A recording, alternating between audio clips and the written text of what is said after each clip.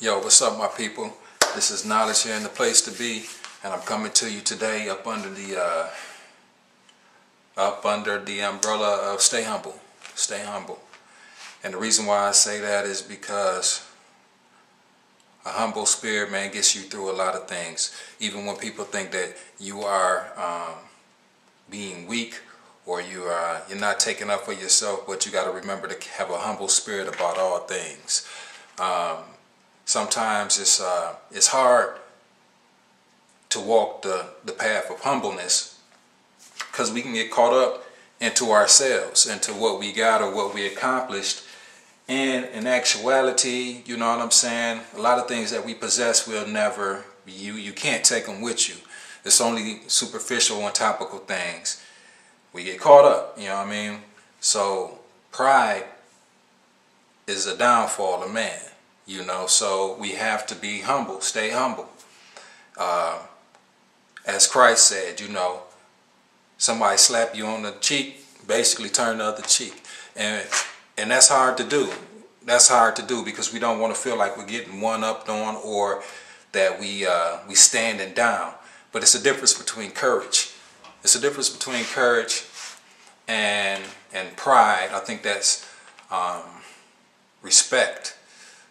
Because sometimes those three things get intertwined like a braid, and they don't all mean the same things, you know. Pride of self. There's nothing wrong with being proud of what you may have accomplished or someone, but there is something definitely wrong with being just self-intertwined, just being all engulfed in self, about nothing else or no one else but yourself, you know. And something is very wrong about that when you put yourself above another person. I'm going to break it down to the element, you know what I'm saying, because when it all comes said down, you don't have nothing to be proud of. You all dirt. I'm dirt, she's dirt, he's dirt. Everyone's dirt. You return to the dirt, you know, from whence you came, and only thing that really matters is the humbleness. That's what's going to last. That's what the Lord looks at. That's the only thing that's going to get you to the next level. Understanding that what you have or what you accomplish or what you're trying to do really to obtain something or to obtain some degree of status will never last. Not, you know, that's not what even matters to the Lord. I really feel and felt like we're compelled to start really talking about this, or really start expressing how I feel about, you know, what God wants me to do. You know, how He wants me to look at myself and look at other people, the world, and look at Him. And as time goes by, I can't say we, I don't know if everybody else feels this way, but it comes a point in time when you hit a certain age, you really just start thinking like, you know, what is it really about? You know, how much can I really acquire? How much can I really take? You know, what am I really given? You know, what is my purpose? And if you get to a certain point in your life and you feel like you fulfilled some things, but you ever hit your purpose or don't know it, it's a hurting thing, you know. And I say when you stay humble, you know, God is more acceptable to give you things, give you knowledge of self, give you, you know, more mercy, you know. And I think mercy and blessings are things that people always confuse too, because people think that they're blessed a lot, but really it's not, you know what I mean? It's more of a mercy that the Lord is showing you, you know what I mean? Because He reigns on the just and the unjust. You know, everybody and a lot of people get things that they don't deserve. Everybody gets those. But He's giving you mercy to see another day to change. He's giving you that all the time. So sometimes I think the blessings and the mercy line is grade. Sometimes people don't understand it. It's almost like love and hate. You don't know where one begins and one ends sometimes. So I think the key to it all is humbleness. Not saying don't take up for yourself. Not saying don't take up for what's right. But whatever's right, the Lord did say He'll pay. You know what I'm saying? So all you can do is do what He asked you to do, and He gonna take care of it. Now, the problem is we're not patient, so we can't see the outcome right away, so we fall back into being prideful again.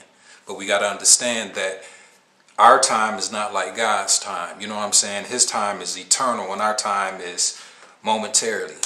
You know what I'm saying? And it's like if we don't see a result or action happen right then and there, we get tired, or we think that, ain't nothing going to happen, so we going to go fall back. You know what I'm saying? But you can't fall back, because it's like a long journey. It's like a long race. And it's not really to the swift. It's to the ones that's willing to endure the pain and rejection. You know what I'm saying? And have courage and pride enough in who you are. And when I say who you are through Him, that you can walk through it and know that ultimately the meek shall inherit the earth. You know what I'm saying? So that's when you get to that knowledge and understanding. And it's hard because you can get that knowledge and understand it, but you can fall back. You know what I mean? Thought I'd just come and kick it to you today about, the importance of it, even on your job and personal relationships. It's okay to cut relationships off. You know what I'm saying? If that's not what you want to do anymore, it's okay to cut jobs off if that's not what you want to do anymore. Or cut hobbies out that's not, really partaking into the path you really want to go. You know what I mean? There's nothing wrong with that. But understand the humbleness brings about those changes. And ultimately the humbleness will bring about the change in your life and others too. It's all relative. It's all intertwined, and it goes together. That the only thing that really matters is what you do for God anyway. It's not really what you do for people out here. He's not really looking at that on the flag of you doing it to be recognized, or you doing it for payback. You doing it because you love Him. And He said, if your brother smack you on your cheek or whoever, turn the other cheek. Because we wrestle not with flesh and blood. You know what I'm saying? We not fighting against each other really. You know what I'm saying? It's spirits and things like that that's controlling people's mind. That's people allowing them to. So we really not fighting against each other. We really fighting the spirits, and we don't know it. You know what I'm saying? These are things and personalities, demonic personalities that's people allowing to let control them. And we all fell victim to it. None greater than the other. But we got to understand, what it is that's controlling us. So don't hate your brother or your sister. You know what I mean? Love your brother and your sister, man. We are brothers and sisters. Love one another. We have to do that. We have to get over classifications and, things that people do. Because a lot of times they letting other entities control them. Now I'm always saying don't hate the person. You know what I'm saying? Hate the action of the person or what's controlling them. There's nothing wrong with that, with hating, because God hates, but on the level of that, He hates anything that's not like Him. God hated. You know what I'm saying? So if you see anything that's not of God and knowing it's not really what you need to be doing or what you about, you need to hate that. For real, you need to hate that, because you don't want to fall into that category. Hate is a necessary thing to remind you. Hate and fear are necessary things. They're necessary evils to keep you from obstructing from the way you're supposed to be going. It's like if a person is scared, they go to jail, where they're most likely not going to do nothing to put them there. You feel me? So if you hate cocaine or you hate prostitutes, then you more likely not to do it then. You know what I'm saying? Because these things are against the path you're trying to go. So ain't nothing wrong with that. But it's a proportional degrees that you got to use it in. So ain't nothing wrong with hating it, but be humble to the person. that you see that's probably in that lifestyle or whatever, because only through your love, the God love that's through you, that is exemplified through you, can shine bright enough to maybe get that person to get the wickedness out of them. You know? I guess that's all knowledge really had to say, man. I ain't had nothing really in mind to come at y'all about. I just really wanted to today come to you about humbleness. And don't let anybody discourage you from being that. Don't let nobody change that about you. We all have specific personalities, and some are stronger than others. That's good, because it makes us an individual. We're not iBots. We're not robots either. So it gives us a chance to actually show the gifts. Our different personalities gives us the opportunity to show God's gifts that he gave us. You know what I'm saying? But he also gave his gifts too.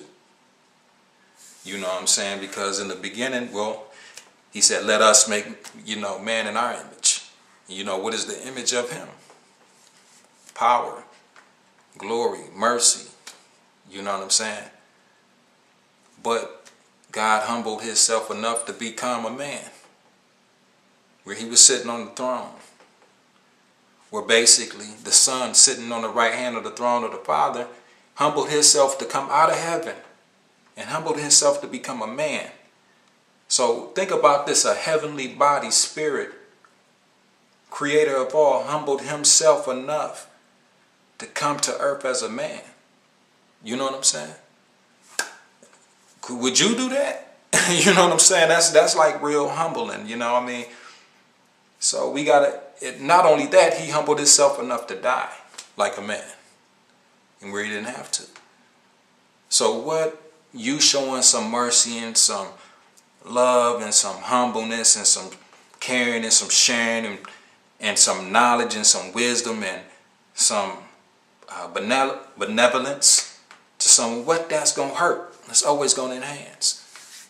And if a person, don't worry about how the person take it, your kindness, even if they take it for a weakness. You're not, basically, you're not trying to impress them. You're trying to impress God. You can't impress him with what you get or what you got. Also, you can only impress him with what he has. You know what I'm saying? And showing him that you have it too. You know what I mean? So that's on the real. That's on the real. I think that's probably the realest talk right there. So on that level, I'm gonna finish my moon mist. Thought I'd come and holler at y'all for a minute. Your boy Will. Be back to you real soon. And moon mist is a pop that's in Michigan. If, for some of y'all that don't know. I know y'all see me around the way, different little countries. I appreciate that. But we have a thing in Michigan, Detroit, called moon mist. It's the joint. It's like the knockoff version of Mountain Dew. But till next time, you know what I'm saying? This is knowledge coming at you. I'm going to sign back off, and then I'm going to sign back into you at a later date. Until then, keep God first, family second, and you third. And in that order, you can't lose, because the last shall always be made first. That's humbleness. And the meek, the reward is, the meek will inherit the earth. That's the ultimate reward. And we get into that the next time. Peace.